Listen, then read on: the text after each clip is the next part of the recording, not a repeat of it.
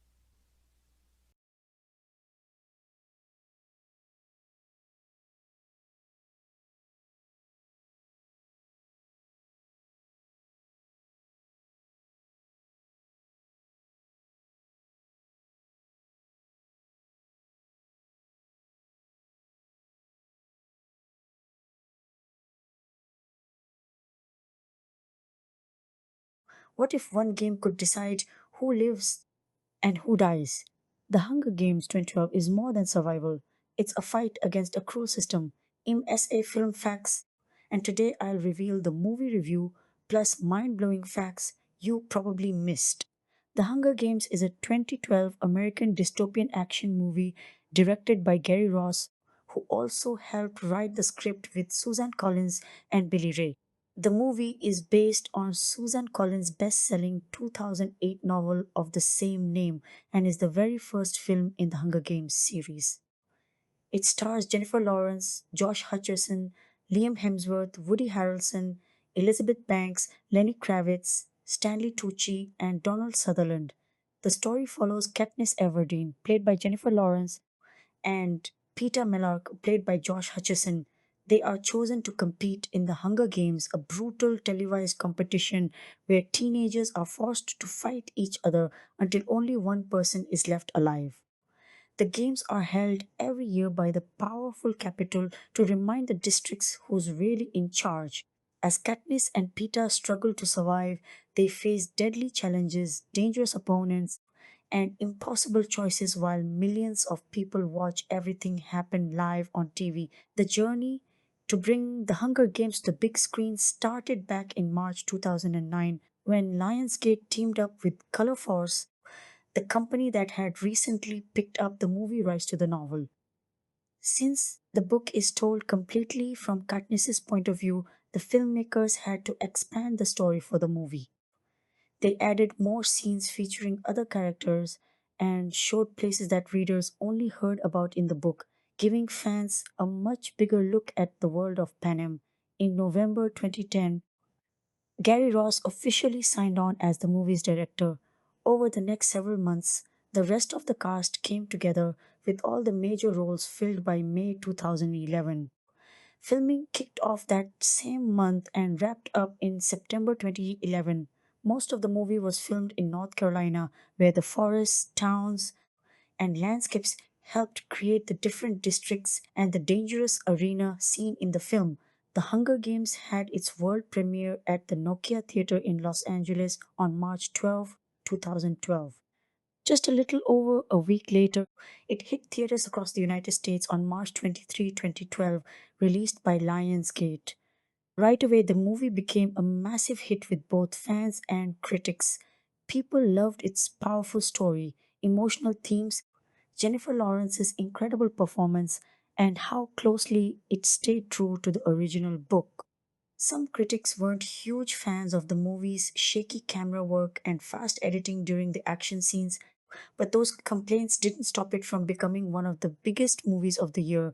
At the box office, The Hunger Games was a total powerhouse. It earned an incredible 695.2 million worldwide, making it one of the highest grossing movies of 2012. It also broke records for the biggest opening day and opening weekend ever for a movie that wasn't a sequel, proving just how excited fans were to finally see the story come to life on the big screen. The movie also scored big during award season. The song Safe and Sound, performed by Taylor Swift and the Civil Wars, became a fan favorite. It won a Grammy Award and was also nominated for a Golden Globe Award for Best Original Song. Jennifer Lawrence received a ton of praise for her performance as Katniss Everdeen, winning several major awards, including the Saturn Award for Best Actress, the Broadcast Film Critics Association Award for Best Actress in an Action Movie, and the Empire Award for Best Actress. She also earned a nomination from the New York Film Critics Circle for Best Actress, thanks to the movie's huge success, a sequel titled The Hunger Games. Catching Fire was released in 2013, continuing Katniss's journey and expanding the story even further. It built on the success of the first movie and helped turn The Hunger Games into one of the biggest and most popular movie franchises of its time. The movie takes place in Panem, a country built on the ruins of what used to be North America after the world was destroyed. Panem is divided into 12 poor districts controlled by one rich and powerful city called the capital.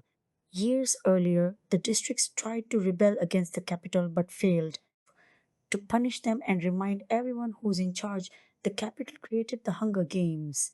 Every year, each district must send one boy and one girl between the ages of 12 and 18, chosen by a random lottery called the Reaping. These kids, known as tributes, are forced to fight each other in a giant arena until only one person is left alive. The last survivor wins fame, money, and a better life while everyone else dies. During the reaping in District 12, 12-year-old Primrose Everdeen is chosen for her very first Hunger Games. Her older sister, Katniss Everdeen, Jennifer Lawrence, can't bear the thought of losing Prim, so she immediately volunteers to take her place. The male tribute is Peter Millark, Josh Hutcherson, the son of the local baker. Years earlier, when Katniss and her family were starving, Peeta secretly gave her bread, something she has never forgotten. Katniss also has a close friend, Gale Hawthorne, who strongly hates the Hunger Games. He believes the capital only stays powerful because people keep watching the games, and if everyone refused to watch, the whole event would eventually lose its power. Katniss and Peeta are taken to the capital where they meet their mentor, Hamish Abernathy, Woody Harrelson, the only previous winner from District 12. Hamish is usually drunk, but he knows exactly how dangerous the games are. He warns them about the career tributes from Districts 1 and 2. These tributes spend years training specifically for the Hunger Games and almost always end up winning because they're stronger, faster, and more experienced than everyone else. Hamish also explains that survival isn't just about fighting. Small things like food, clean water, medicine, fire, and supplies can mean the difference between life and death. The only way to get these gifts is through sponsors, and sponsors only help tributes they actually like. Before the games officially begin, all the tributes go through 2 weeks of training and evaluation. During this time, wealthy capital citizens watch them closely and decide who deserves their spot. Katniss impresses everyone with her incredible archery skills.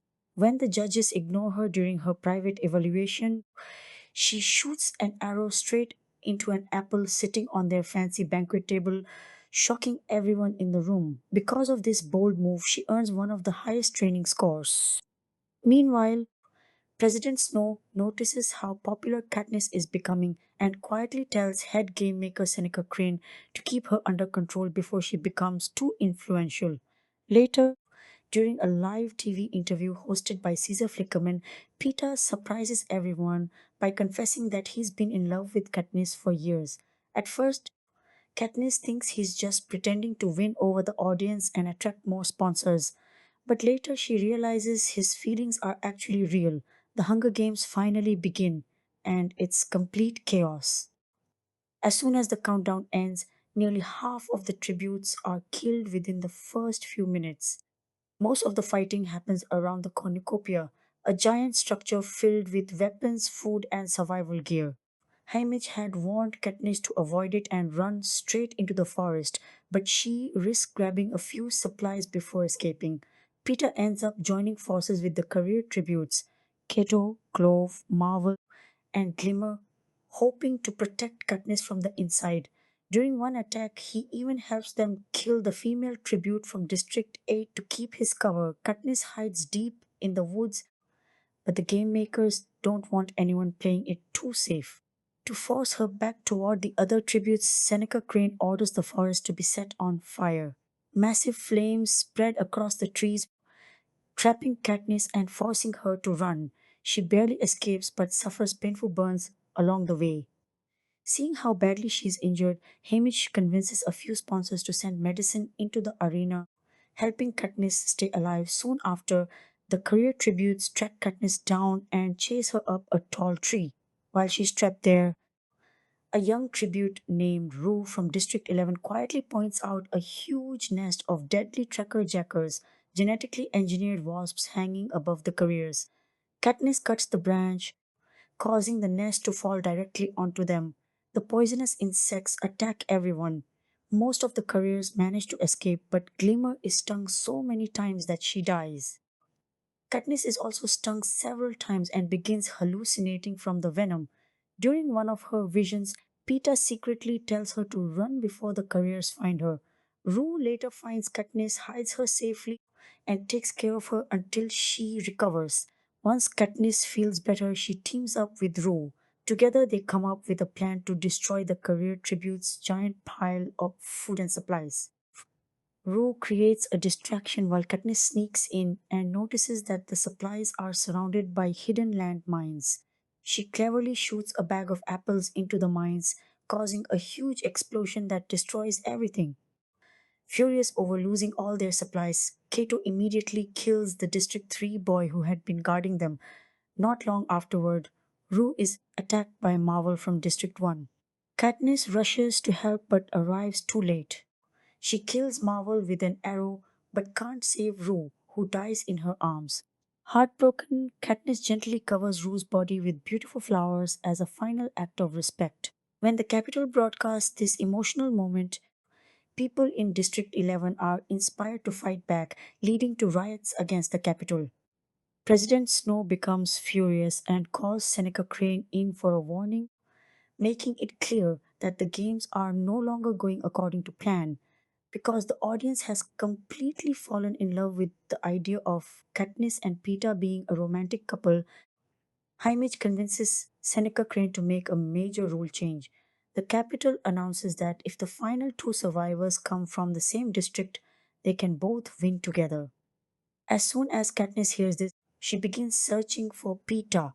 She finally finds him hiding near a stream with a badly infected sword wound in his leg. Knowing the cameras are always watching, Katniss starts acting like she's deeply in love with him. Their romance becomes a huge hit with viewers, earning them sponsor gifts, including a pot of hot soup. Later, the game makers announce a special feast at the cornucopia where every remaining tribute can collect the one thing they desperately need. Peeta begs Katniss not to risk her life trying to get medicine for him. She promises she won't go, but once he falls asleep, she quietly sneaks away anyway. At the feast, Clove attacks Katniss and almost kills her. Just before Clove can finish her off, Thresh, the other tribute from District 11, overhears Clove mocking Rue's death. Enraged, Thresh kills Clove instantly.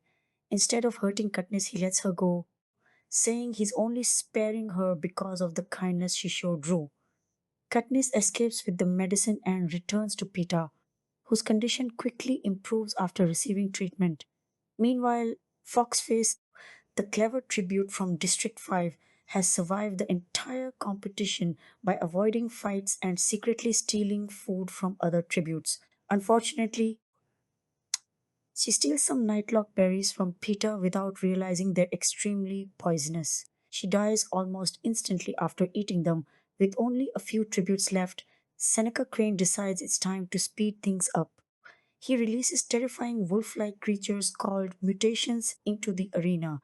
The creatures kill Thresh and chase the remaining survivors toward the roof of the cornucopia.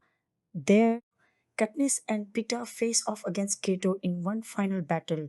Katniss shoots Cato with an arrow, and Pita pushes him off the roof into the pack of mutations below. The creatures slowly tear him apart, leaving him suffering for hours. Unable to watch him suffer any longer, Katniss finally ends his pain with one last arrow.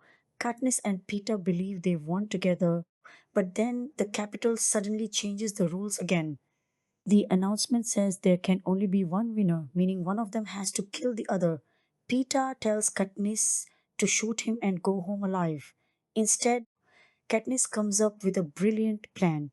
She gives Peter half of the poisonous nightlock berries and keeps the other half herself. If the Capitol refuses to allow two winners, they'll both die together, leaving the games without any victor at all. Realizing they can't let that happen, the game makers stop them at the last second and declare both Katniss and Peeta the winners of the 74th Hunger Games. After returning home, Haymitch quietly warns Katniss that her act of defiance embarrassed the Capitol and made some very powerful enemies, especially President Snow. While Katniss and Peeta head back to District 12 as champions, Seneca Crane is locked inside a room with nothing but a bowl of nightlock berries, making it clear that President Snow expects him to pay for losing control of the games. Jennifer Lawrence as Katniss Everdeen. Jennifer Lawrence's casting as Katniss Everdeen stands as one of the most pivotal decisions in bringing Suzanne Collins' dystopian world to the screen. At the time of her selection, Lawrence was already gaining momentum from roles in films like Winter's Bone, which showcased her raw survivalist intensity that perfectly aligned with Katniss's character. Director Gary Ross described her audition as transformative, noting that she blew the doors off the place with an incredible self assuredness that made the entire film click into place. Lawrence, born August 15, 1990, in Indian Hills, Kentucky, brought a grounded authenticity to the role. Her background in independent cinema allowed her to portray Katniss not as a polished hero but as a reluctant, resourceful young woman from District 12, hardened by poverty and loss. The decision to cast her over other contenders like Hailey Steinfeld, Abigail Breslin, Emma Roberts, Saoirse Ronan, Chloe Grace Moretz, and Shailene Woodley was driven by her ability to convey both vulnerability and steely determination. Ross had a vision for Katniss that required an actress who could carry the emotional weight of the story while performing physically demanding action sequences. In preparation, Lawrence underwent extensive training for archery, running, and combat. Her performance captured the essence of Katniss's internal conflict.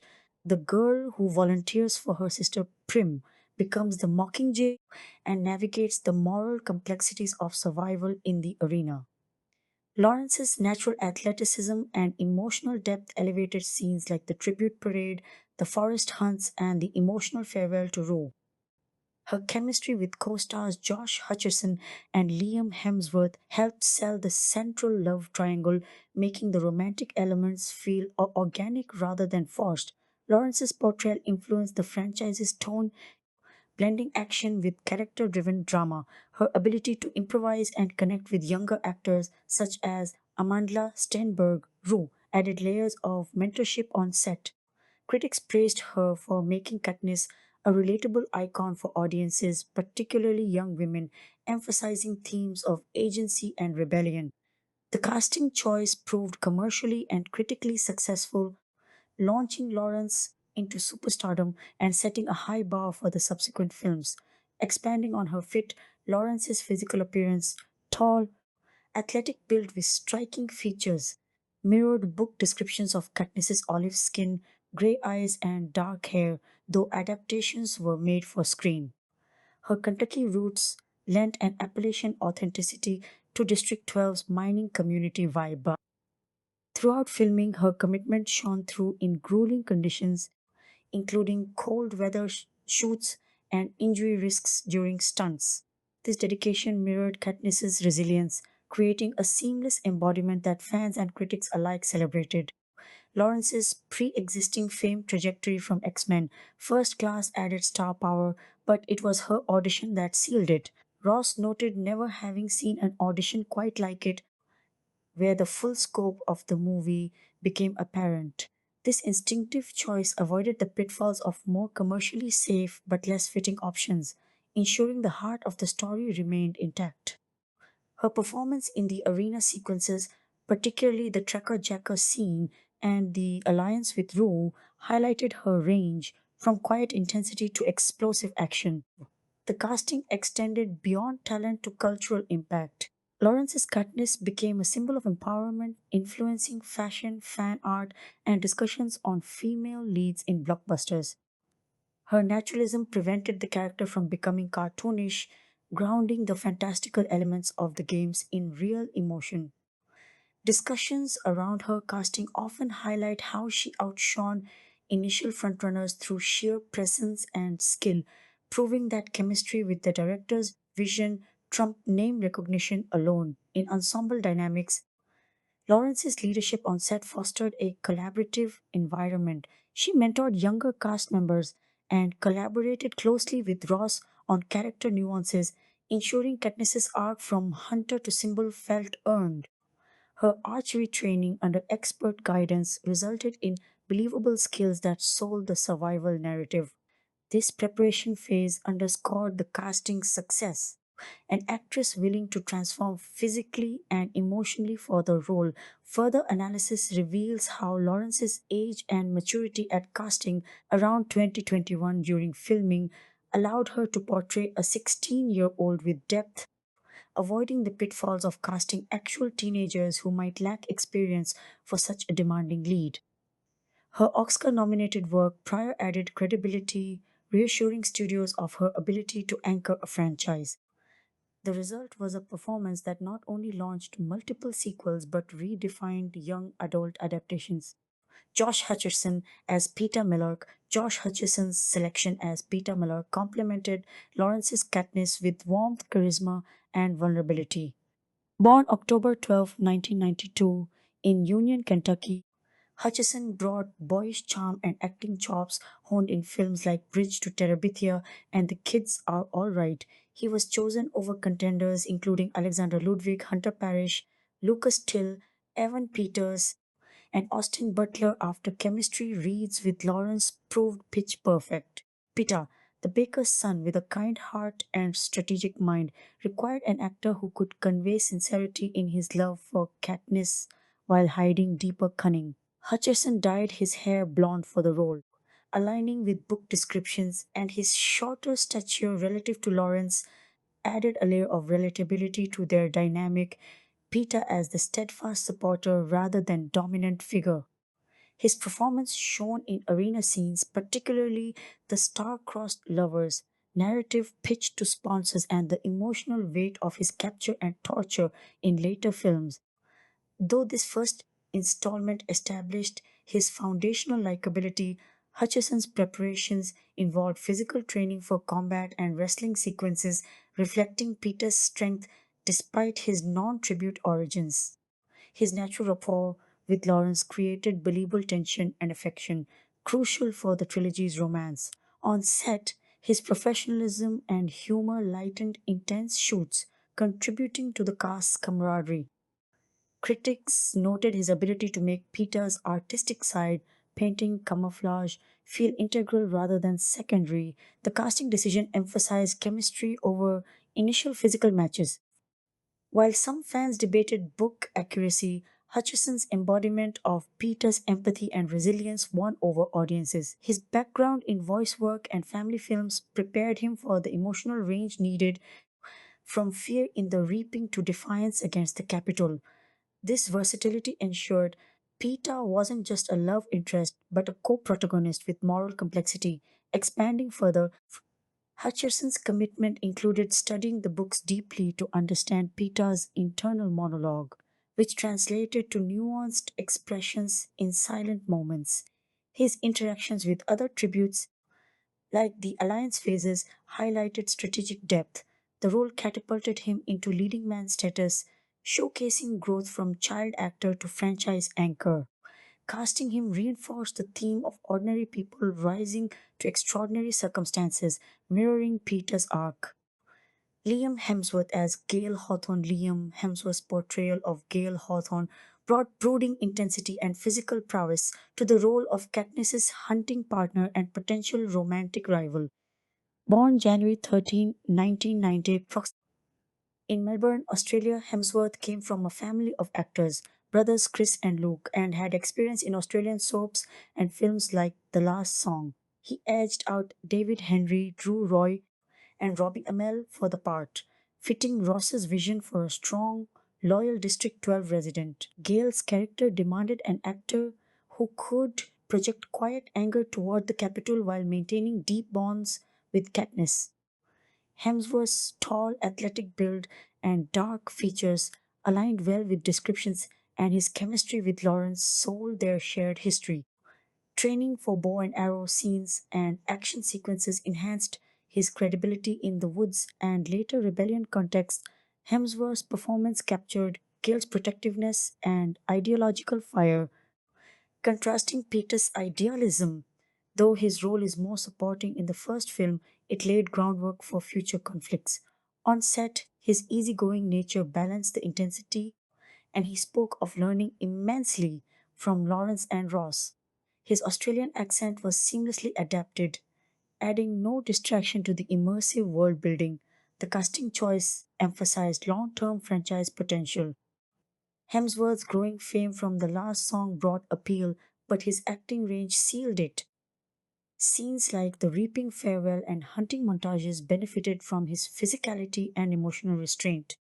This prevented Gale from becoming a one note rival, instead, portraying him as a multifaceted friend shaped by hardship. Woody Harrelson as Hamish Abernathy. Woody Harrelson's casting as the cynical alcoholic mentor Hamish Abernathy injected veteran gravitas and humor into the ensemble. Initially, John C. Reilly was in talks, but Harrelson, an Oscar nominee with eclectic credits from Cheers to Natural Born Killers, took the role after personal persuasion from Ross. His unpredictable energy perfectly suited Hamish's complex persona, brilliant strategist haunted by past games. Harrelson's preparation involved embracing the character's flaws without caricature. His scenes providing guidance to Katniss and Peeta mixed sarcasm with wisdom, adding levity amid darkness. The actor's real life advocacy and depth brought authenticity to Hamish's trauma and redemption hints. Interactions with the young leads felt paternal yet flawed, enhancing mentorship themes. Harrelson's star power elevated supporting roles, and his improvisational skills enriched dialogues. Casting a seasoned performer like him ensured Hamish's importance as a narrative bridge between districts and capital felt earned. His performance influenced audience investment in the victor's burden, a key thematic element. Elizabeth Banks as Effie Trinket. Elizabeth Banks brought flamboyant energy and subtle depths to Effie Trinket, the capital escort for District 12. Her background in comedy, the 40-year-old virgin, pitch perfect trajectory, and drama allowed Effie to evolve from comic relief to a figure showing glimpses of awareness. Banks' vibrant costumes and exaggerated mannerisms captured the capital's excess while hinting at underlying humanity. Her casting added polish and humor, making reaping and tribute preparation scenes memorable. Banks' professionalism helped navigate the balance of satire and empathy, preventing Effie from being purely villainous. On set contributions included enhancing Effie's arc potential for sequels. Stanley Tucci as Caesar Flickerman. Stanley Tucci's Caesar Flickerman was a masterclass in charismatic hosting, masking propaganda. Tucci, with prior collaboration with Ross on The Tale of Despero, accepted immediately. His flamboyant style, sharp wit, and acting pedigree made Caesar the perfect fix of capital entertainment. Tucci's ability to convey charm while underscoring media manipulation elevated interview scenes. His performance in the tribute interviews humanized the spectacle, drawing viewers into the spectacle's allure. Tucci's experience with eccentric characters ensured Caesar felt lived in rather than exaggerated. Lenny Kravitz as Cinna Lenny Kravitz as Cinna, Katniss's stylist, brought cool creativity and quiet rebellion. The musician actor's style expertise informed the character's design influence, particularly the girl on fire moments. Kravitz's calm presence contrasted capital excess, making Cinna a moral anchor. His casting added musical and fashion credibility to the visual storytelling. Donald Sutherland as President Snow. Donald Sutherland's President Coriolanus Snow embodied chilling authority. Cast late, Sutherland's letter to Ross about the role's significance led to incorporated insights. His voice and presence made Snow a formidable antagonist, with subtle menace in early appearances, foreshadowing greater threats. Supporting tributes and ensemble Amandla Stenberg as Rue brought innocence and agility, her mentorship from Lawrence enhancing emotional impact. Her death scene resonated deeply due to Stenberg's vulnerability. Alexander Ludwig Cato portrayed ruthless ambition convincingly, his physicality suiting the career tribute leader. Isabel Furman Clove added ferocity, while other tributes like Thresh, Dio Okenyi, Foxface Jacqueline Emerson, and Glimmer, Levin Rambin, rounded out the arena dynamics with distinct personalities. Casting these roles involved finding young actors who could handle intense physical and emotional demands. The ensemble's diversity and talent contributed to the arena's tension and realism. Production and casting process insights. The overall casting process under Deborah Zane, who later worked on prequels, balanced book fidelity with cinematic needs. Auditions emphasized chemistry, particularly for the core trio. Ross's preference for actors who embodied spirit over exact looks paid off, creating an iconic ensemble. Training camps for physical prep unified the cast, fostering bonds visible on screen. Each decision reflected careful consideration of long term franchise viability, actor availability, and thematic resonance. From leads to day players like Wes Bentley, Seneca Crane, and Paula Malcolmson, Katniss's mother, the cast elevated the adaptation. Performances in key sequences, the cornucopia bloodbath, tracker jacker attacks, and finale benefited from committed portrayals. Further depth in supporting roles includes Willow Shields as Prim, whose fragility amplified stakes and the District 12 family dynamics. The casting extended to capital figures like Toby Jones as Claudius Templesmith, whose commentary added ironic broadcast layers. Analyzing broader impacts, the casting helped the film gross over $400 million, launching a cultural phenomenon. Debates on accuracy fueled fan engagement, but overall acclaim affirmed choices. Actors' post film careers reflected the boost. Lawrence's Oscar wins, Hemsworth's blockbusters, Hutcherson's versatility in tributes, backstories, casting emphasized varied skill sets, archery for Katniss, strength for careers, enhancing strategy and survival themes.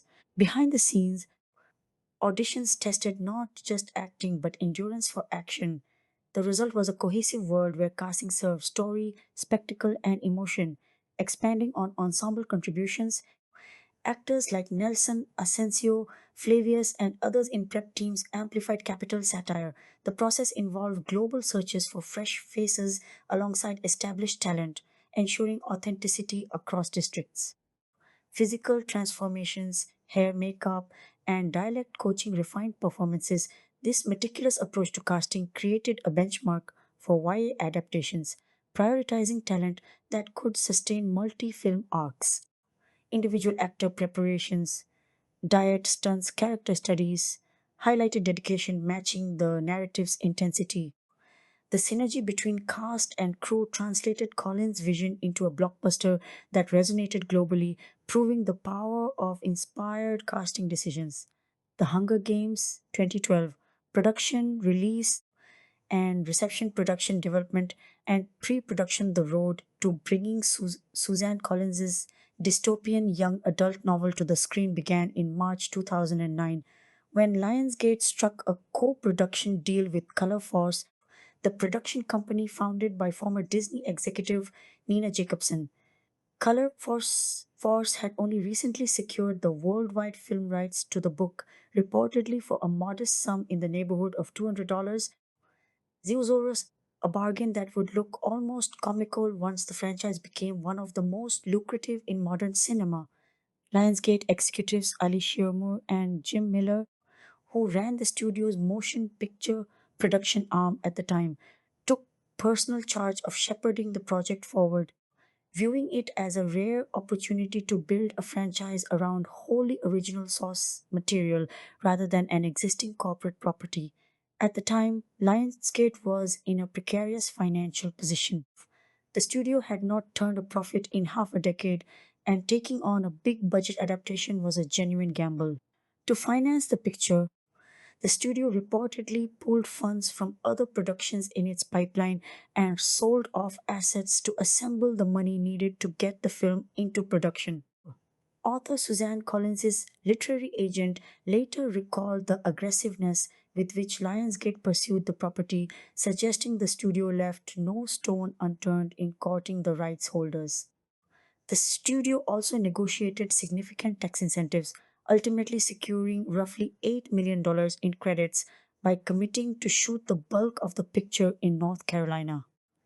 This willingness to bet so heavily on a single property reflected just how much Lionsgate's leadership believed in the built in audience the Collins novels had already cultivated.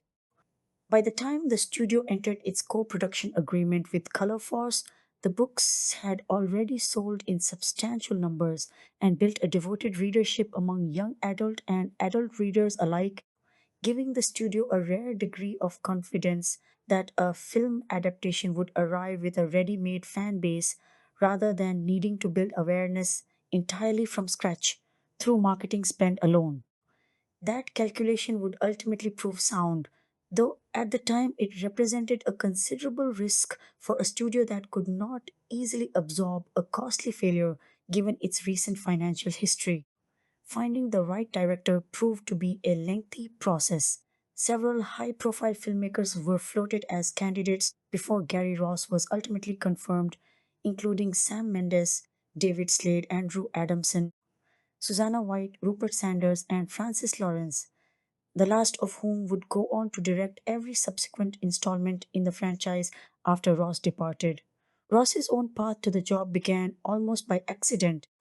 His agent alerted him that a Hunger Games adaptation was moving through development, and Ross, who had become aware of the novel because his own children were reading it, tore through the book in short order and immediately told his agent he wanted the position. He was formally announced as director in November 2010. Once attached, Ross spent considerable time in dialogue with Collins about how best to translate her story to film, and he became particularly captivated by the way ancient Roman civilization had shaped the world building of the novels. An influence visible throughout Panem's aesthetic, its gladiatorial premise, and even character names drawn from Roman history. Collins herself took an active hand in adapting her own novel, collaborating on the screenplay alongside veteran screenwriter Billy Ray and Ross. The finished script hewed remarkably close to the source material, and Ross has said his instinct was that the surest path to a successful film was to stay locked into total subjectivity, mirroring the way Collins had written the books entirely from Katniss Everdeen's first person, present tense perspective. This decision to preserve the novel's tight point of view was not simply a matter of narrative fidelity for its own sake. Ross saw it as central to the emotional experience he wanted audiences to have. By keeping the film's frame of reference tethered so closely to Katniss, The production hoped to replicate the claustrophobic intensity of the novel, where readers experience the arena's dangers exactly as Katniss does, without the benefit of dramatic irony or a broader vantage point that might dilute the tension. This was a deliberate departure from the way many studio blockbusters of the era tended to cut freely between multiple character perspectives and subplots to maximize scope and spectacle. Ross's insistence on a more restrained character and chord approach meant that scenes had to work primarily through Katniss's reactions and choices, placing enormous weight on Jennifer Lawrence's performance to carry the audience's emotional understanding of events without extensive dialogue or narration to spell things out. This commitment to subjectivity created a structural puzzle. If the audience was to know only what Katniss knew, how could the filmmakers convey the political machinations happening behind the scenes at the Capitol, details the novel handles through Katniss's internal speculation, a device that doesn't translate easily to the screen without resorting to clunky voiceover? Ross's solution was to expand the character of Seneca Crane, the head game maker, giving the film license to cut away from Katniss and show audiences the Capitol's manipulations directly. Ross has explained that this was one of his central creative decisions. Rather than staying trapped inside Katniss's point of view the way the novel is, the film could use Crane's storyline as a window into the game runner's calculations, a choice he considered essential to making the adaptation work as cinema. He also wrote in new material featuring scenes between Crane and President Coriolanus Snow, wanting to dramatize the generational tension between an older cohort who understood the games as a tool of political subjugation and a younger generation increasingly seduced by the spectacle and showbiz of it all, losing sight of the darker purpose underneath. To support this expanded capital side narrative, the production designed an entirely new location that exists only in the film. The Game Maker's Control Center, a sleek, futuristic hub of holograms and touchscreens from which Crane and his team orchestrate the dangers Katniss faces in the arena. In the book, this space is something Katniss can only imagine. On screen, it became a physical set that reinforced just how artificial and constructed the whole spectacle really is. Ross noted that because so much of the story unfolds in the forest, it would be easy for audiences to forget they were watching a futuristic, media saturated society stage managing a life or death competition. The sterile, clinical look of the control room was meant to counteract that. Visual effects supervisor Sheena Duggal also weighed in on how this space served a practical storytelling function. It allowed the film to introduce the genetically engineered threats Katniss encounters, the tracker jackers, the mustaches, without needing to stop and explain their origins in detail, since audiences could simply see the game makers conjuring them into existence.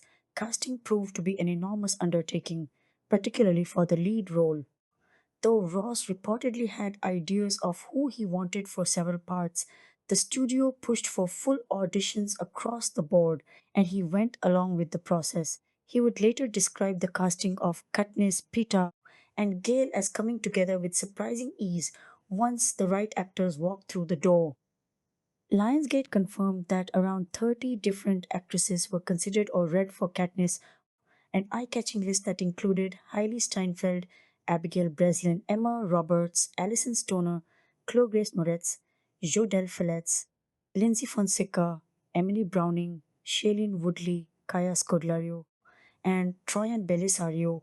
In the end, on March 16, 2011, it was announced that Jennifer Lawrence, at the time still shooting X-Men First Class, had won the role. The scale of that shortlist underscores just how high profile the search for Katniss had become by early 2011, with the trade press treating the casting decision almost like a competitive sporting event, tracking rumors and leaked audition reports for months. Many of the young actresses under consideration were already established names with substantial fan followings of their own, which only added to the sense that whoever ultimately landed the role would instantly become one of the most closely watched young performers in Hollywood. That expectation would prove entirely accurate once Lawrence's casting was confirmed and the film's box office performance became clear. Ross was effusive about Lawrence's audition, describing her as arriving with an unusual degree of self possession, someone who clearly knew exactly who she was before she ever opened her mouth to read a line.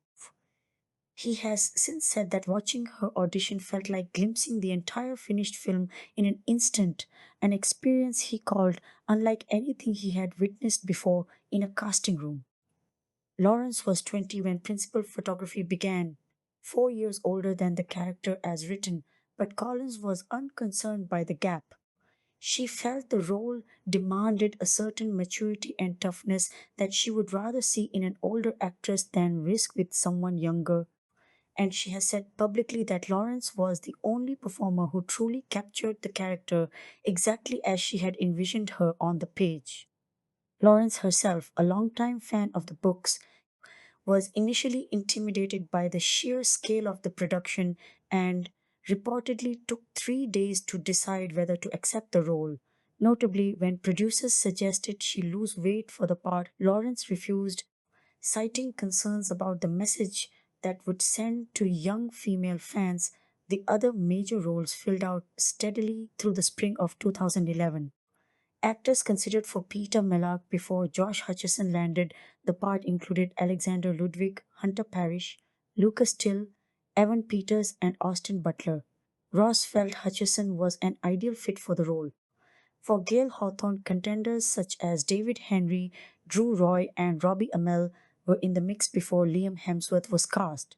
John C. Reilly was reportedly in talks for the role of Hamish Abernathy in April 2011, but the part ultimately went the following month to Oscar nominee Woody Harrelson, who had initially turned the role down before Ross personally called to persuade him to reconsider. Grammy winner Lenny Kravitz was brought aboard as stylish Sinner, Oscar nominee Stanley Tucci as flamboyant television host Caesar Flickerman, and Toby Jones as fellow commentator Claudius Temple Smith. Tucci, who had previously collaborated with Ross on The Tale of Despero, reportedly agreed to play Flickerman on the spot when Ross pitched him the role over dinner at a New York restaurant on New Year's Eve.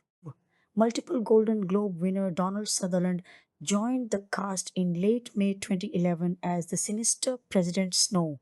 After his casting was announced, Sutherland wrote Ross a personal letter laying out his thoughts on the character's importance to the story, and Ross was sufficiently moved by it to fold some of Sutherland's suggestions into Snow's scenes.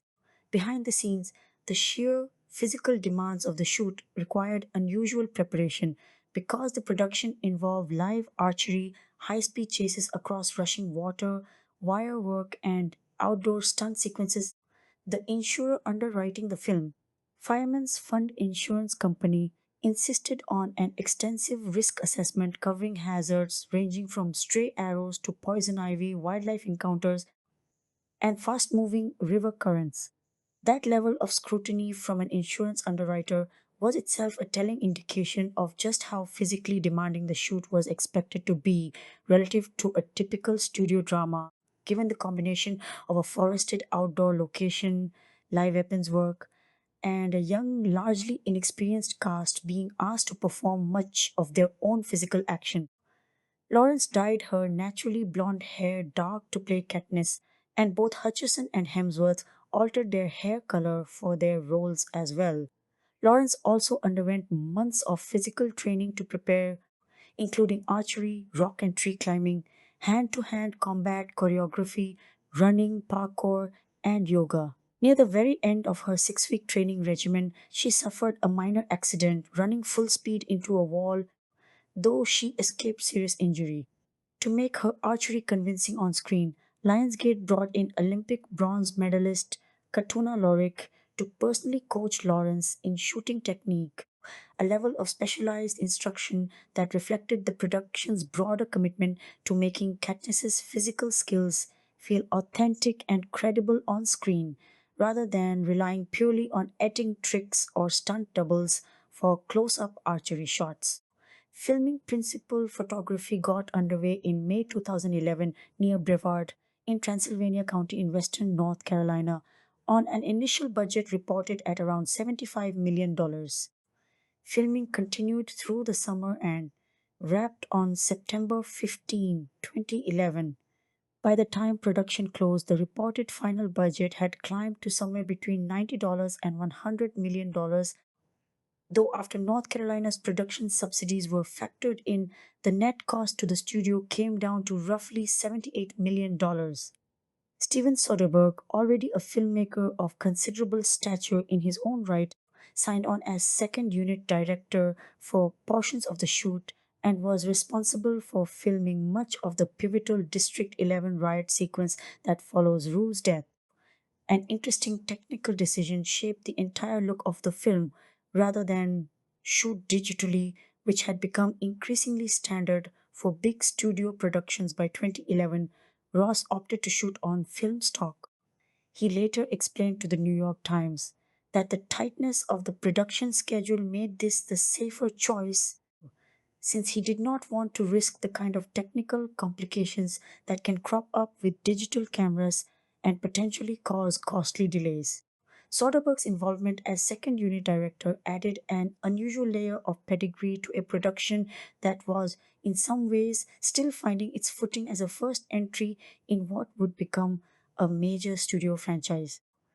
Having Soderbergh personally direct the District 11 riot sequence, one of the film's more politically charged and visually ambitious set pieces, depicting a community erupting in collective grief and anger after witnessing Rue's death broadcast to the entire nation, gave that portion of the film a distinct directorial sensibility layered on top of Ross's overall vision. The sequence would go on to be frequently cited by critics and commentators as one of the film's most effective and emotionally resonant moments, a rare instance in the story where the capital's control over the districts visibly begins to fracture. Virtually the entire shoot took place in North Carolina, a decision driven largely by the roughly $8 million in tax credits the state offered in exchange for the production's business. The forested, mountainous terrain of DuPont State Forest provided the backdrop for most of the arena sequences, as well as the wilderness surrounding District 12 and the little river threaded with a series of waterfalls, doubled for the river running through the arena in the story. To film Katniss's dash across Triple Falls, Lawrence was rigged to wires and ran along a hidden board positioned just beneath the water's surface. The urban and interior environments representing the capital and other locations were largely filmed around Shelby and Charlotte, with additional scenes shot in the Asheville area. For the design of the capital itself, Ross and production designer Phil Messina drew visual inspiration from the architecture of the 1939 New York World's Fair, as well as from politically loaded real world landmarks such as Tiananmen Square and Red Square. The goal, as they described it, was to create a setting that felt simultaneously futuristic and steeped in its own invented history, festive, indulgent, and decadent on the surface, but with an unmistakable undercurrent of power and menace beneath the glitz. The choice to lean on real, existing North Carolina locations rather than building everything from scratch on sound stages had both a practical and an aesthetic payoff. Practically, it kept costs manageable on a production that was already stretching Lionsgate's resources thin. Aesthetically, it gave the film a tactile, lived in quality that contrasted sharply with the more overtly stylized, CGI heavy production design common in many contemporaneous science fiction's blockbusters.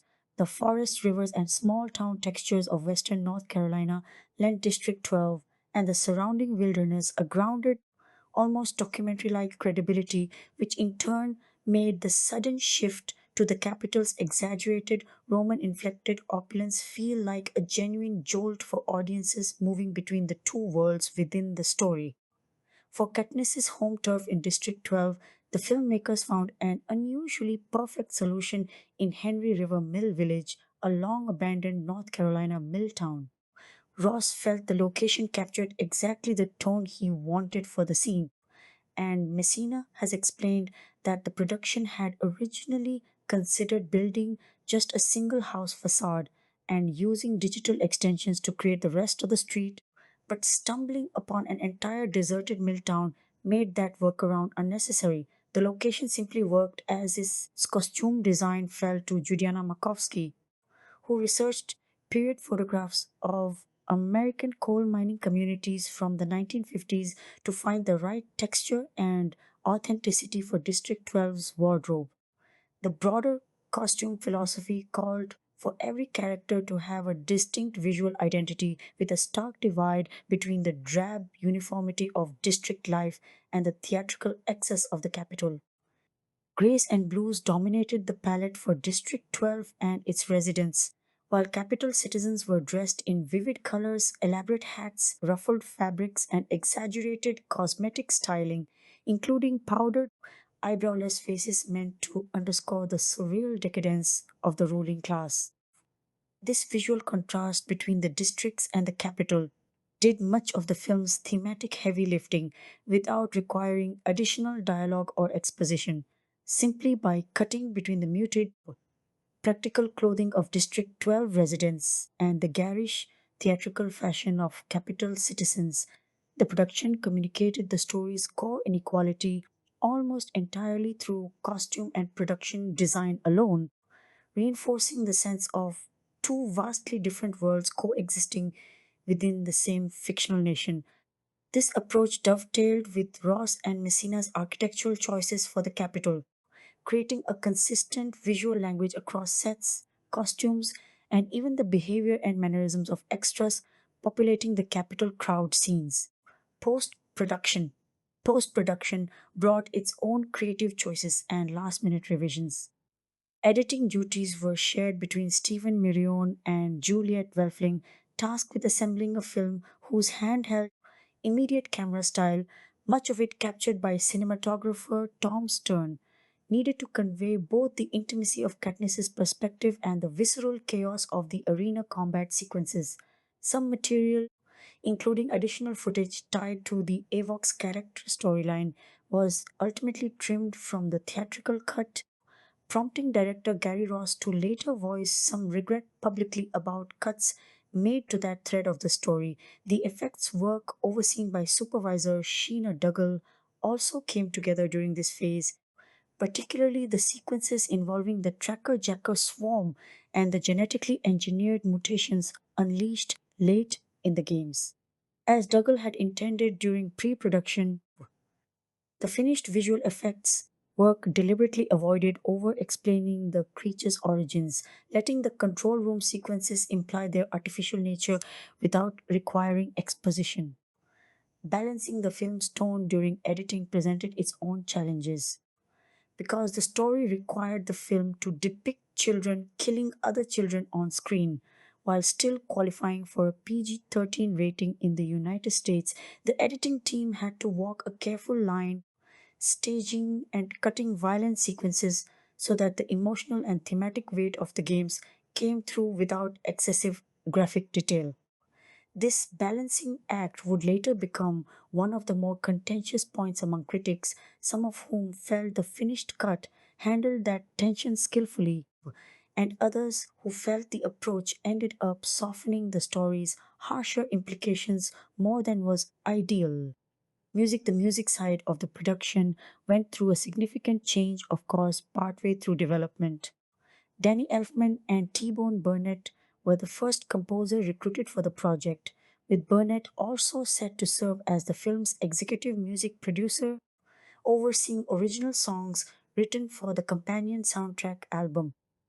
Scheduling conflicts eventually forced Elfman off the project, and James Newton Howard stepped in as the film's composer, ultimately responsible for the score that accompanies the finished picture, the soundtrack album that accompanied the film's release, titled after the story's fictional setting, gathered songs inspired by the film's themes and world rather than music pulled directly from the movie itself.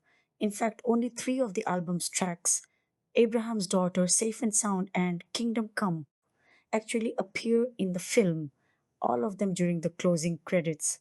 The soundtrack's lead single, Safe and Sound, performed by Taylor Swift alongside the folk duo The Civil Wars, was released to the public on December 26, 2011, well ahead of the film itself, generating early buzz for the project. Beyond Swift and The Civil Wars, the companion album brought together a striking and eclectic roster of artists spanning indie rock, folk, and Americana, including the Decemberists, Arcade Fire, the Secret Sisters, Miranda Lambert performing alongside the Pistol Annies, Nico Case, Kid Cudi, Academy Award winner Glenn Hansard, the Low Anthem, Punch Brothers, Birdie, Maroon 5, James D, and the Carolina Chocolate Drops. The full soundtrack album reached shelves on March 20, 2012, just days ahead of the film's theatrical release. Arcade Fire's contribution went beyond a standalone single. The band actually composed material used within the film's own score, crafting the fascist tinged national anthem of Panem, referred to as Horn of Plenty, which recurs as a leitmotif at several points throughout the picture, a rare instance of a rock band's music being woven directly into a blockbuster's underlying score rather than confined to an end credit song. James Newton Howard's original orchestral score for the film was released as its own separate album on March 26, 2012, just under a week after the film's theatrical debut, giving audiences the option to experience the two very different musical accompaniments to the story, the folk and indie inflected companion album, and Howard's more traditional dramatic score as distinct listening experiences. The decision to split the film's music into two separate commercial releases, a song based companion album and a traditional orchestral score, reflected a broader marketing strategy that treated the Hunger Games brand as something that could support multiple simultaneous entry points for fans. The companion album, in particular, functioned almost as a standalone pop culture event, generating substantial press coverage of its own thanks to the star power of contributors like Taylor Swift and the indie credibility lent by acts such as Arcade Fire and the Decemberists, helping to build anticipation for the film among music fans who might not otherwise have been closely tracking a young adult book adaptation. Released theatrical, The Hunger Games held its official premiere at the Nokia Theatre in Los Angeles on March 12, 2012, before opening wide across the United States on March 23 through distributor Lionsgate.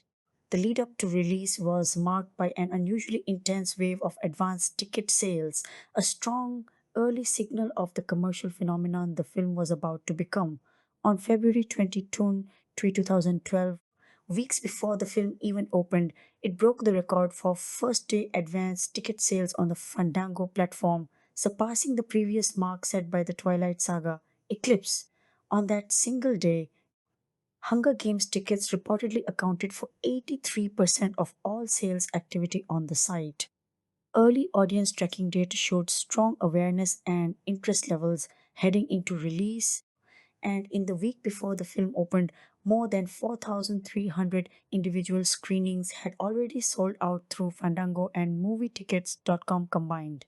By the time the weekend concluded, Fandango reported that the film had broken the site's single day sales record, set a new mobile sales record for an opening weekend, and accounted for 22% of the film's entire opening weekend ticket total sold through that one platform, making it, at the time, the third highest advanced ticket seller in Fandango's history, trailing only the Twilight Saga, New Moon and Harry Potter and the Deathly Hallows Part 2.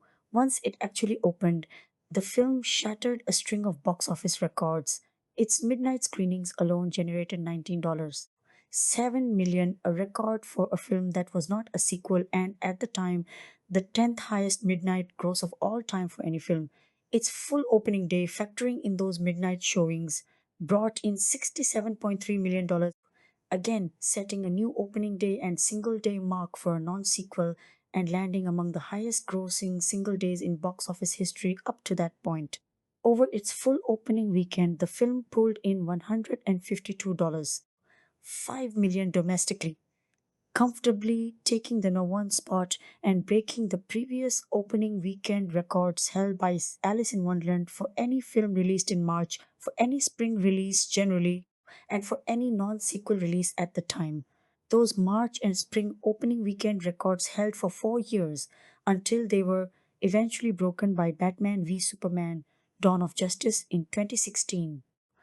The film's opening weekend ranked as the third largest of all of 2012, trailing only The Avengers and The Dark Knight Rises, and represented the largest opening weekend ever recorded at that point for a film released outside the traditional summer or holiday movie season.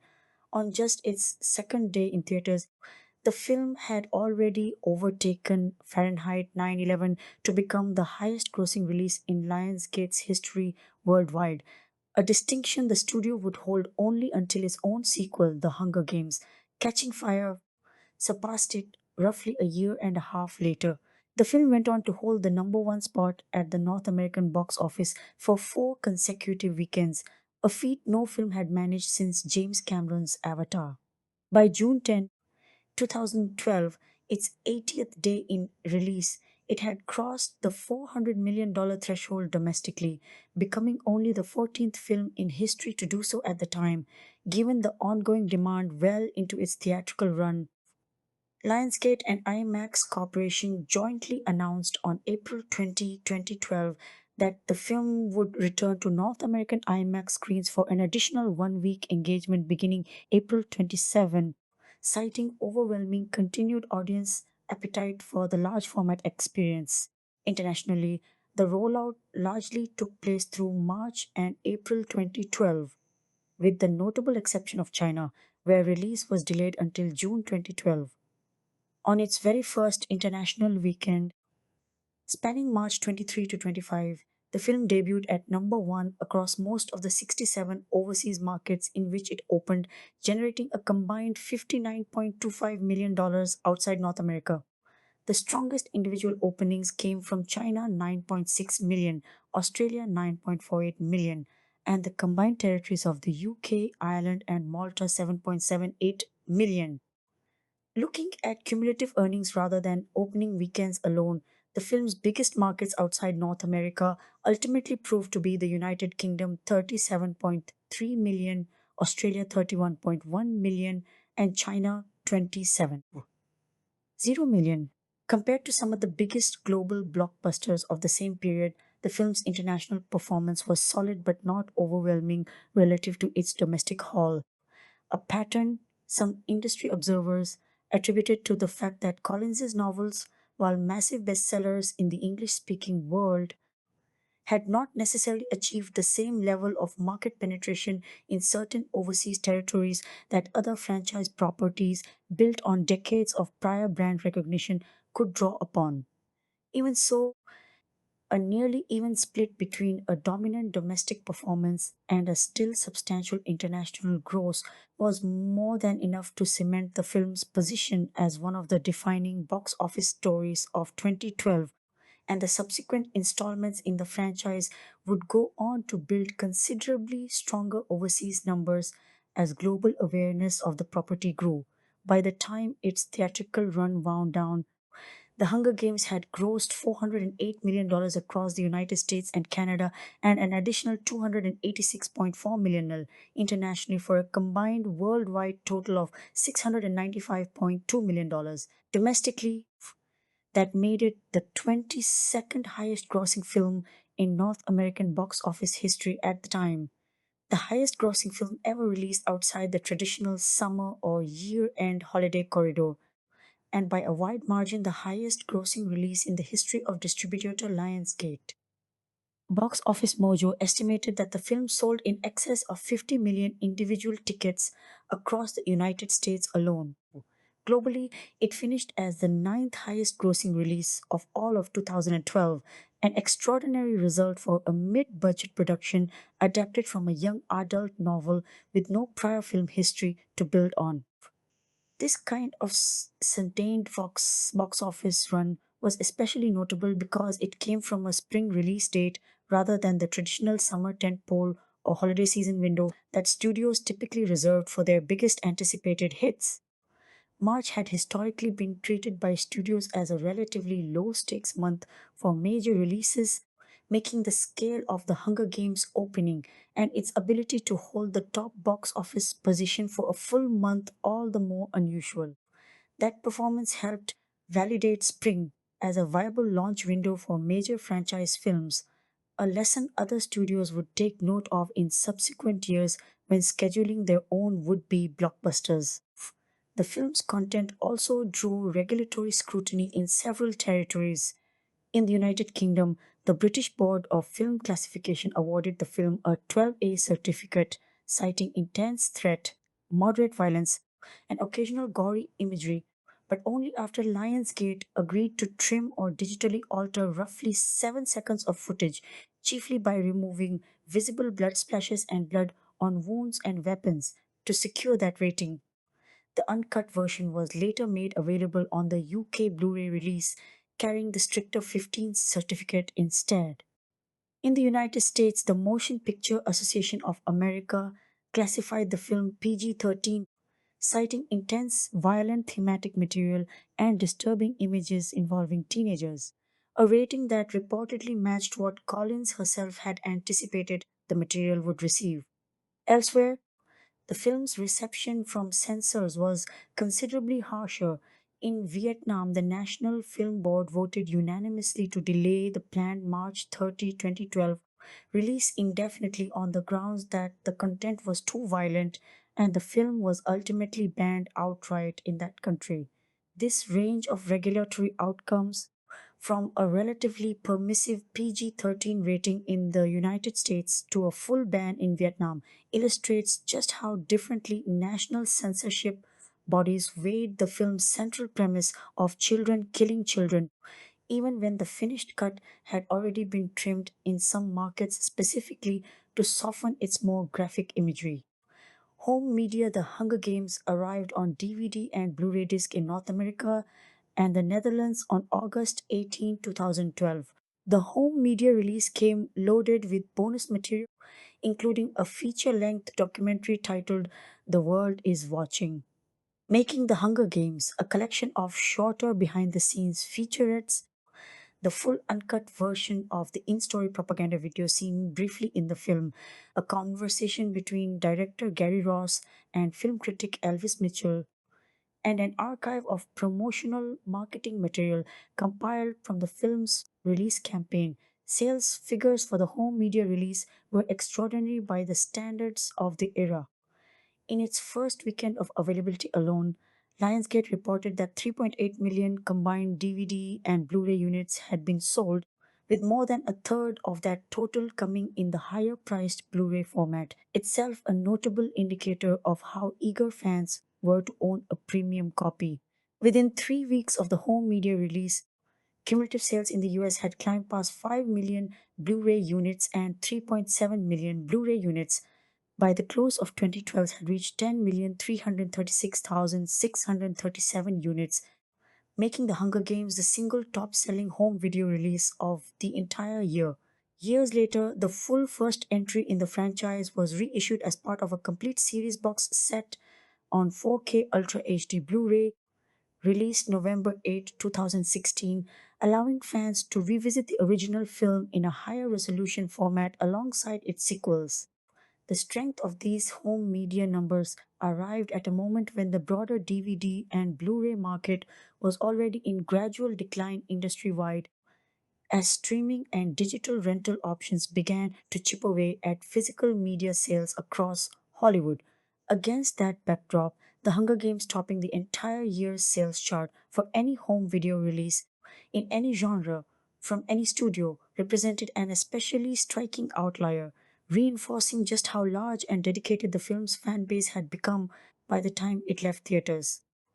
Reception box office. The commercial performance of The Hunger Games has already been touched on in the theatrical release discussion above, but its overall financial standing is worth summarizing on its own terms since box office success became such a central part of the film's legacy and its studio's fortunes. Produced on a net budget of roughly $78 million after subsidies, the film returned $695, $2 million worldwide against that outlay, a return that transformed Lionsgate's financial position virtually overnight after 5 consecutive years without a profit. The film's $408 million domestic haul and $286 4 million international total gave it a relatively domestic heavy earnings split compared to many contemporary blockbusters, which increasingly depended on overseas markets for the majority of their revenue. A reflection of just how thoroughly the built in fan base from Collins's best selling novels had primed American audiences for the film's release. Beyond the raw numbers, the film's box office run was defined by a series of firsts and records that marked it as an unusual kind of hit, not a sequel, not part of an established franchise, not built on a comic book or classic property, but an adaptation of a relatively recent young adult novel series that had, over a few short years, built an enormous and devoted readership. Its opening day and opening weekend performances for a non sequel release stood unmatched for years, and its 4 consecutive weekends at number one domestically placed it in the company of only a handful of films in box office history, most notably Avatar, to have achieved that kind of sustained dominance. The film's success also had ripple effects for the wider industry's approach to young adult adaptations, reinforcing studios' interest in mining best-selling YA fiction for franchise potential in the years that followed, following on from the earlier success of the Harry Potter and Twilight franchises, but demonstrating that a female-led non-fantasy romance property could achieve comparable commercial heights. The financial turnaround the film delivered for Lionsgate specifically cannot be overstated. As a mid sized studio competing against much larger, better capitalized rivals for audience attention and screen space, Lionsgate had staked an unusually large portion of its resources on a single production, and the gamble paid off almost immediately.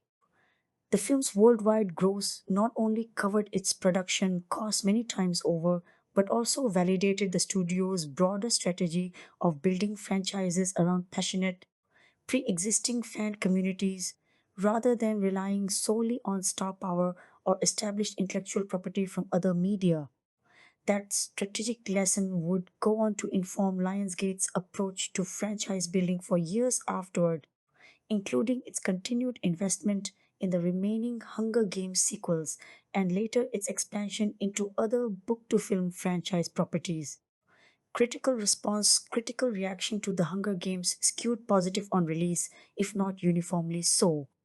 Review aggregator Rotten Tomatoes recorded an 84% approval rating based on 315 collected reviews, with an average score of 7.3 out of 10. The site's consensus summary praised the film as a thrilling, well acted adaptation that captured the dramatic, violence, raw emotional stakes, and ambitious scope of Collins's source novel.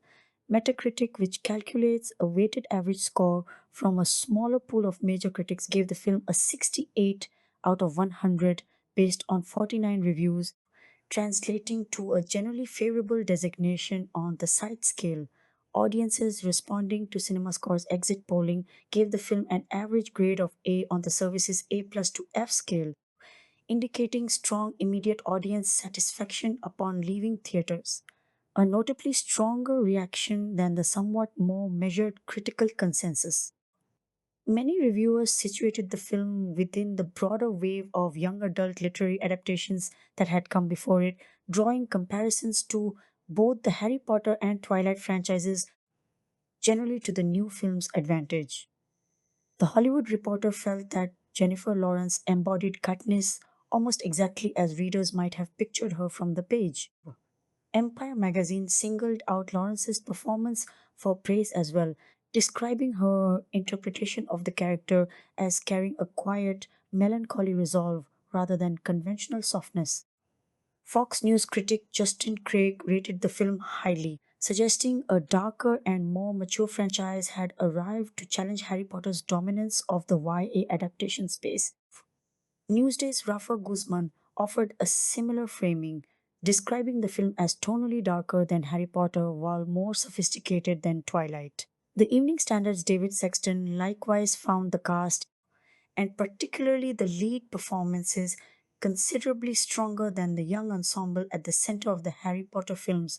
Roger Ebert, writing for the Chicago Sun-Times, gave the film 3 out of 4 stars, calling it effective entertainment and praising Lawrence's central performance, though he felt the film ran too long and argued it missed opportunities to dig deeper into social criticism that the premise seemed to invite. Digital spy Simon Reynolds was considerably more enthusiastic, awarding 4 out of 5 stars and describing the film as gripping from start to finish, praising both its intelligence as science fiction and its visceral entertainment value. He also complimented Gary Ross's rough, handheld camera style for keeping viewers tightly bound to Katniss's perspective throughout her ordeal in the arena. Not every critic was won over, however. David Thompson, writing for the New Republic, was harshly dismissive, criticizing what he saw as thin character development and a muddled, evasive handling of the violence at the story's core. IGN's Eric Goldman awarded the film 4 out of 5, praising Ross for correctly calibrating the story's tone, grounded, emotionally serious, and unglamorized rather than glossy or softened for mainstream palatability. The same shaky, handheld camera style that Digital Spy's Reynolds had praised also drew criticism from other quarters, including from Goldman himself, who nonetheless felt it contributed positively to certain sequences despite its rough edges. The film's violence and how the PG 13 rating handled it became a genuine point of critical debate. Times Mary Pauls argued the film remained too intense for young viewers, even though the violence had been noticeably softened relative to the more graphic descriptions in Collins's novel, while the Shallow Observer's Theoden Jans took the opposite position, arguing the violence had been diluted to the point of undercutting the story's intended message about the horror of forcing children to kill one another. Also writing for Time, psychologist Christopher J. Ferguson pushed back against parental anxiety about the violent content altogether, arguing that children are capable of engaging with violent media without suffering lasting psychological harm. The film's thematic ambiguity became a recurring talking point among critics and cultural commentators alike. The Washington Times' Peter Suderman characterized the film as a kind of political Rorschach test, readable as a liberal parable about inequality, a libertarian critique of authoritarian overreach, a feminist reworking of the action blockbuster, or a satire of reality television, depending on the viewer, while ultimately arguing that the film raises these possibilities without committing to or resolving any single interpretation. Discussion of the film's gender politics proved especially rich. Critics noted that among the historical roster of the 200 highest grossing films worldwide at the time, virtually none had been built around a female action lead, making Katniss's centrality to a blockbuster of this scale a genuinely notable development. The New York Times' Manola Dargis placed Katniss within a lineage of iconic American frontier heroes, comparing her to archetypal figures from Western literature and to characters historically associated with actors like John Wayne and Clint Eastwood, while also noting how the character defies conventional gender expectations by embodying traits coded as both masculine and feminine in roughly equal measure. Dargis further argued that Katniss's power as a character comes from her psychological complexity and her active agency in driving the plot rather than functioning as a passive figure to whom things simply happen.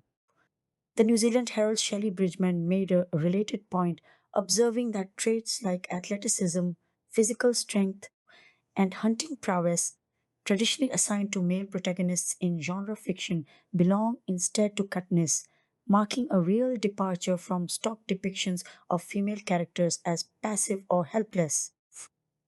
The Express Tribune's Mavesh Murad likewise praised the film's achievement in centering a young female protagonist with genuine narrative agency, drawing a comparison to Joss Whedon's Buffy Summers as another rare example of a similarly empowered female lead. The financial success of the film only sharpened the significance of this discussion because Hollywood had long operated under the assumption, whether stated explicitly or simply reflected in studio greenlighting decisions, that action oriented blockbusters needed male leads to draw the largest possible audience. The Hunger Games box office performance became something of a testing ground for that industry orthodoxy. Its success at drawing not just the young female readership of Collins's novels, but also a broad cross section of general moviegoers, including large numbers of male viewers, was frequently cited in subsequent years as evidence that a female led action property could achieve genuinely mainstream commercial results, a point that would go on to inform studio decision making around other female led franchise properties released later in the decade. Political interpretations of the film ranged widely across the ideological spectrum. The Huffington Post's Bob Burnett observed that the film seemed to tap into a broadly shared distrust of centralized government power that could resonate regardless of a viewer's own political affiliation. Writing in the Dallas Morning News, Stephen Zajic and Emily Rome noted that some audience interpreted the film as an allegory for the Occupy Wall Street movement, which was still an active and visible protest movement at the time of the film's release. The Huffington Post separately reported that actor Penn Badgley, an outspoken Occupy supporter, publicly read the film in exactly those terms. Burnett elaborated on this economic reading, framing the divide between the wealthy capital and the impoverished districts as an unmistakable dramatization of the 1% versus the 99% language that had become common in contemporary political discourse, even though Collins's novels never use those specific terms. Separately, Zajic and Rome, writing in the Los Angeles Times, reported that other viewers detected a Christian allegorical dimension in the story, while a piece published in the Star Tribune noted commentary suggesting that although the Hunger Games universe deliberately omits any depiction of organized religion, some audiences still found ways to project their own religious values onto the material. This wide dispersion of political and religious readings, spanning left wing, right wing, libertarian, and faith based interpretations, all drawn from the very same film, reinforces just how deliberately open ended Collins's underlying narrative was constructed to be. Rather than staging a clear cut allegory for any single real world ideology or movement, the story's premise of an authoritarian capital exploiting impoverished districts through spectacle and coercion proved elastic enough to accommodate almost any viewer's pre existing political framework, allowing commentators across the spectrum to find confirmation of their own worldview reflected back at them on screen. Inevitably, given the premise, many critics drew direct comparisons to Kinji Fukasaku's Japanese film Battle Royale, a comparison that had already dogged Collins's novel due to its similarities to the Koshun Takami novel on which that earlier film was based. Some commentators pushed back on the fixation on this single point of comparison. A writer for the Oxford Student argued it was unfair to reduce the film to a battle royale knockoff, noting that it borrows from a whole range of other sources, including The Truman Show, Death Race, the Bourne franchise, and even Zoolander, and suggesting that this kind of creative borrowing and refinement of prior material is a long standing and legitimate artistic tradition, pointing to Quentin Tarantino's entire career as a prominent example. Film scholars have since positioned the Hunger Games as part of a wider battle royale genre, first defined by Fukasaku's film, a genre that before 2012 had remained largely confined to Japanese manga, anime, and visual novels, with titles like Gantz Higurashi, When They Cry, Future Diary, Batum, Zero Escape, and Danganronpa cited as earlier entries in that tradition.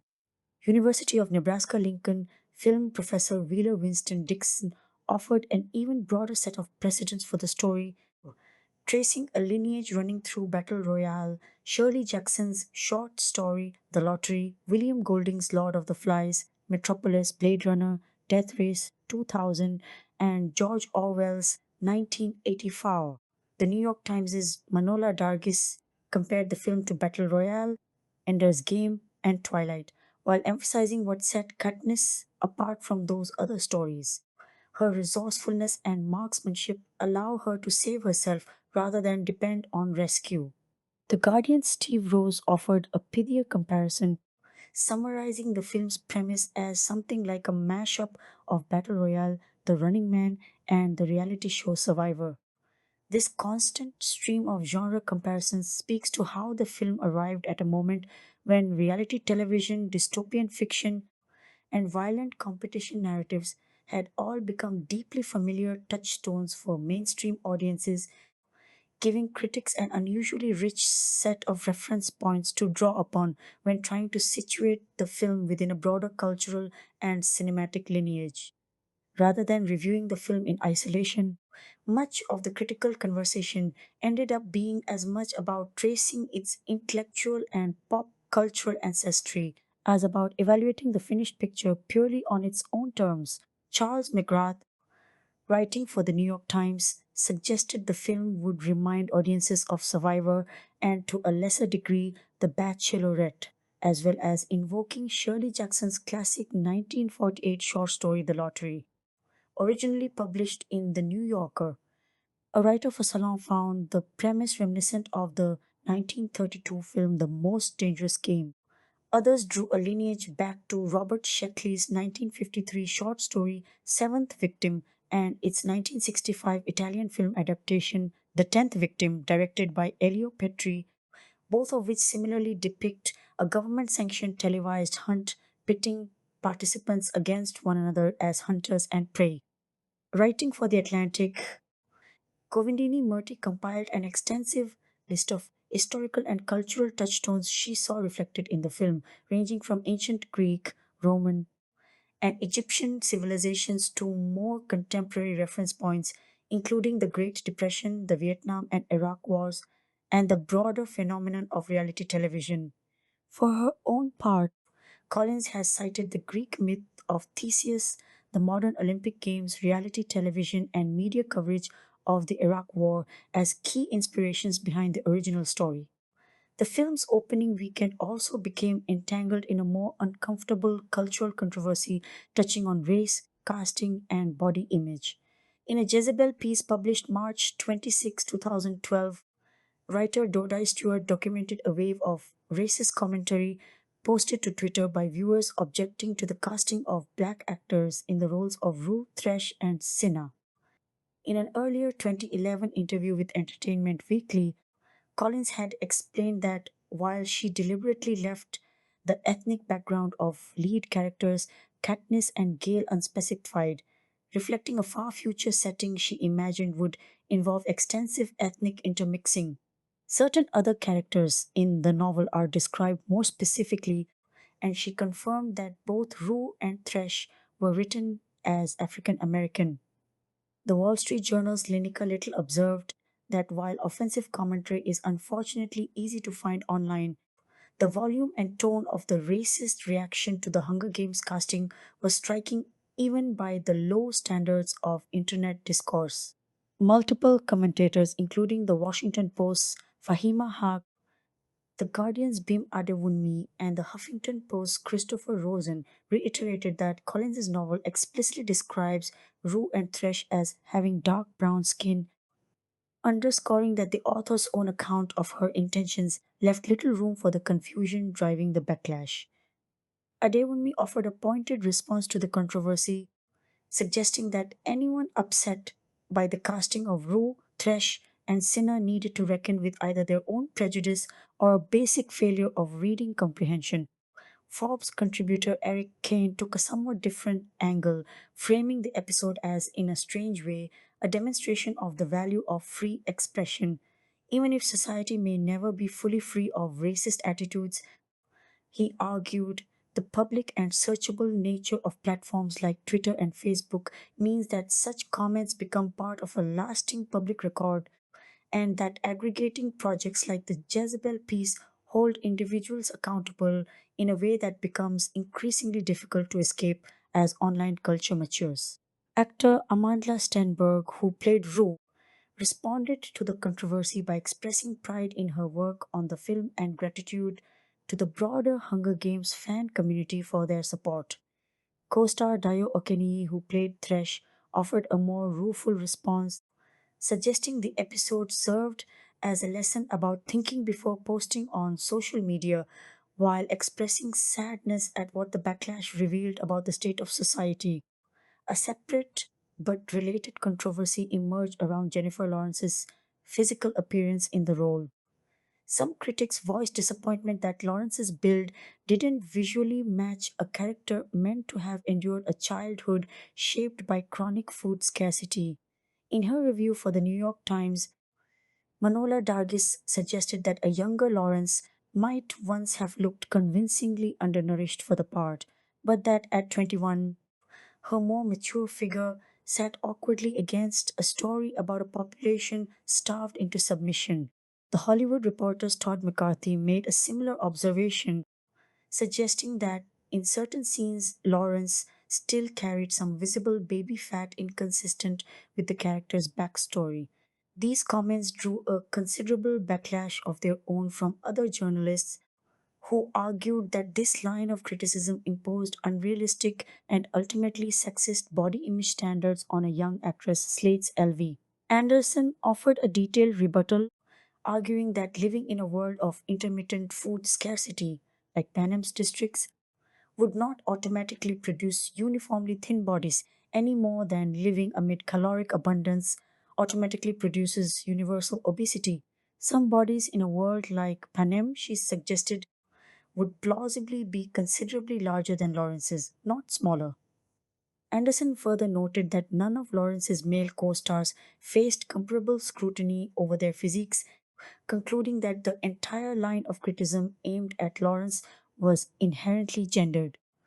MTV solicited audience reactions to the controversy and reported that most respondents found the criticism of Lawrence's weight misguided, with some pointing directly to Collins's own physical description of Katniss in the novel, which describes her as thin but strong, her body shaped by the physical demands of hunting and gathering rather than by simple deprivation. Los Angeles Times writer Alexandra Letellier tied the two controversies together, suggesting that both the racist and sexist commentaries surrounding the film's release were as unsettling in their own way as anything depicted in the story itself, ironically underscoring the very cultural commentary about public judgment and its destructive power that the film itself was seen by many as critiquing. Beyond the immediate critical and cultural conversation, the film also drew comparisons, some more sympathetic than others, to real world atrocities involving children and violence, with commentators noting uncomfortable parallels between the story's premise of children forced to kill one another and the historical use of child soldiers by groups such as the Lord's Resistance Army under Joseph Kony, then a subject of significant international news attention. In terms of formal recognition, the film performed strongly across a range of awards bodies, ultimately collecting 28 wins from 51 total nominations. The soundtrack single Safe and Sound earned a Grammy Award and picked up a Golden Globe nomination for Best Original Song. Jennifer Lawrence's performance was widely recognized, earning her the Saturn Award and the Empire Award for Best Actress, as well as the Critics' Choice Award for Best Actress in an Action Movie. She also received a nomination from the New York Film Critics Circle. The film itself picked up 12 nominations across various ceremonies, winning favorite movie honors at both the People's Choice Awards and the Kids' Choice Awards. Supporting cast members were recognized as well. Josh Hutcherson won an MTV Movie Award for Best Male Performance, a Teen Choice Award for Choice Movie Actor in the Sci Fi Fantasy category, and a Do Something Award for Best Male Movie Star, while Elizabeth Banks took home the MTV Movie Award for Best On Screen Transformation for her heavily stylized turn as Effie Trinket. It is worth noting that most of these accolades came from fan voted or genre specific awards bodies: the Saturn Awards, the People's Choice Awards, the Teen Choice Awards, MTV's own award show, and the Kids' Choice Awards, rather than from the major awards bodies most closely associated with prestige recognition, such as the Academy Awards, which largely passed the film over. This pattern reflected a broader tendency of the era in which genre films aimed at younger audiences, however commercially successful or critically respected within their own lane, tended to be recognized primarily by audience driven or youth oriented award shows rather than by the industry's most prestigious ceremonies.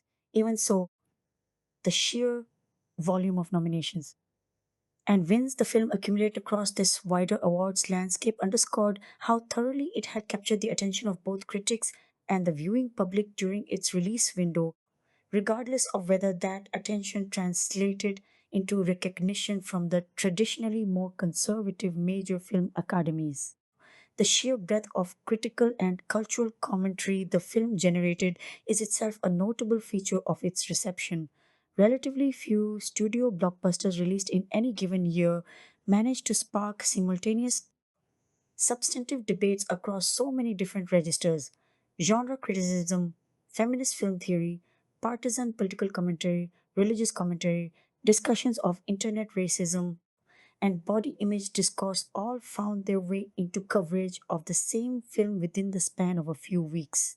Part of this owed to the source material's own deliberate ambiguity.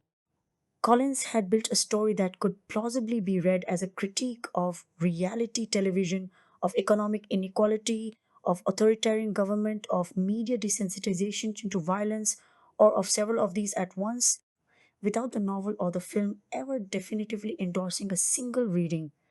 That interpretive openness, which some critics saw as a weakness, a failure to commit to a coherent point of view, others saw as the story's greatest strength, allowing it to speak to a remarkably wide range of audiences who each found something different to project onto Panem's fictional politics, the controversy surrounding casting and body image. Meanwhile, arrived at a moment when discussions of representation in blockbuster casting and unrealistic beauty standards in Hollywood were already gaining traction in mainstream entertainment journalism, giving the Hunger Games controversies an unusually large platform and a receptive audience of commentators eager to weigh in. In hindsight, the racist backlash to the casting of Ruth Thresh and Sinner would prove to be an early, especially visible example of a pattern that has recurred with numerous other film and television casting announcements in the years since. As social media platforms increasingly became a venue where such reactions could be documented, aggregated, and scrutinized in real time, taken together, the critical conversation surrounding The Hunger Games reflected a film that succeeded commercially and largely satisfied critics on craft and performance grounds, while simultaneously opening up a much messier, more contentious set of debates about race, gender, violence, and political meaning that extended well beyond the theater and into the broader cultural discourse of 2012. Debates that, in many respects, proved just as durable a part of the film's legacy as its box office records or its award season hardware. In the years since its release, the film has continued to be cited in academic and journalistic discussions of young adult film adaptations, feminist action heroines, and the battle royale genre's migration from a niche Japanese cultural export into a mainstream American blockbuster staple, cementing its place as a genuine turning point in early 2010s popular cinema rather than simply a successful but disposable teen franchise entry.